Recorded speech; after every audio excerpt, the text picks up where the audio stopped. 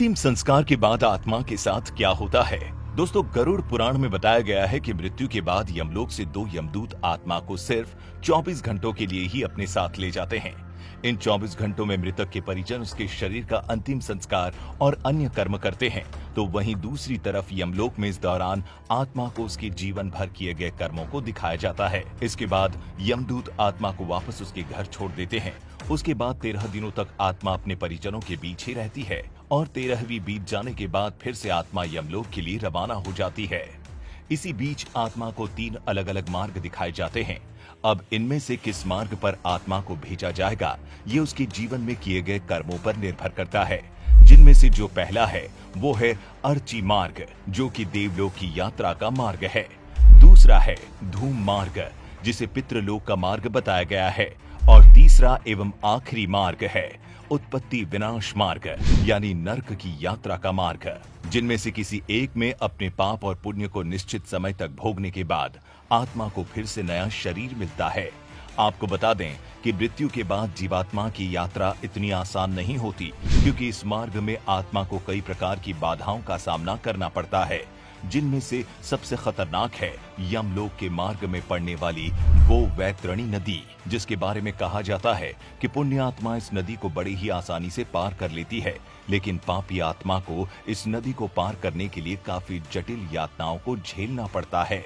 इसका आधार हम गरुड़ पुराण को भी मान सकते हैं, जिसमें बताया गया है कि एक बार जब पक्षीराज गरुड़ ने श्री हरि से पूछा कि हे प्रभु, मृत्युलोक और यमलोक के बीच जो वैतरणी नदी मौजूद है, उसे भला एक जीवात्मा का क्या संबंध है और उसे इस नदी में कैसी सजा भुगतनी पड़ती है?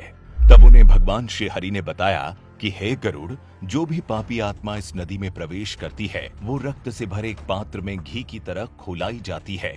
इस नदी का जल कीटाणुओं और वज्र के समान सूंड वाले जीवों से भरा रहता है, और जैसे ही कोई पापी आत्मा उस नदी में प्रवेश करती है, वो नदी अचानक से 12 सूर्य से उत्पन्न होने वाली गर्मी के समान तपने लगती है, और उस महाताप में पापी चिल्लाते हुए करुण विलाप करने लगता है। और जब महाताप उसके बर्दाश्त से बाहर चला जाता है, तब वो दुरात्मा उस भयंकर रक्त रूपी जल में डुबकी लगाने लगती है। तो आप जानते हैं कि जिन लोगों ने अपने जीवन में पाप किए होते हैं, उन्हें नरक भेजा जाता है, वहीं जो अच्छे कर्म करते हैं उन्हें स्वर्ग मिलता है। यहाँ तक कि जो आत्माएं स्वर्ग की हकदार बनती है, उन्हें यमराज स्वयं अपने भवन से स्वर्ग के द्वार तक छोड़ने जाते हैं। यहाँ अप्सराएं उनका स्वागत करती है। वहीं जो लोग सिर्फ अपने बारे में सोचते हैं और जिन्होंने अपने पूरे जीवन काल में किसी दूसरे का हित नहीं किया होता, उन्हें नर्क में स्थान मिलता है। बता दें कि गरुड़ पुराण में अलग अलग नरकों का जिक्र भी किया गया है, जहाँ मृत आत्मा को पापों की सजा मिलती है। जिसमें सबसे रोमांचक बात तो ये है कि गरुड़ पुराण में अंधात्मक श्रम नर्क के बारे में भी जिक्र किया गया है। ये नर्क केवल उन्हीं पति पत्नियों की आत्माओं के लिए है जो अपने साथी को केवल लाभ या उपभोग की एक वस्तु समझते हैं। इस नर्क में ऐसी ही आत्माओं को मारा जाता है। वहीं तमिश्रम नर्क में उन लोगों को जगह मिलती है जिन्होंने अपने जीवन में दूसरों की संपत्ति हड़पी होती है। यहाँ उन्हें तब तक मारा जाता है जब तक कि वे बेहोश न हो जाए।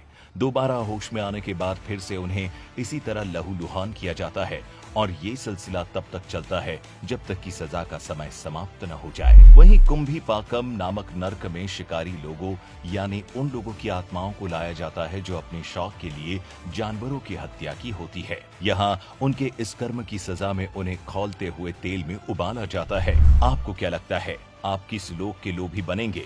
नीचे कमेंट करके जरूर बताएं।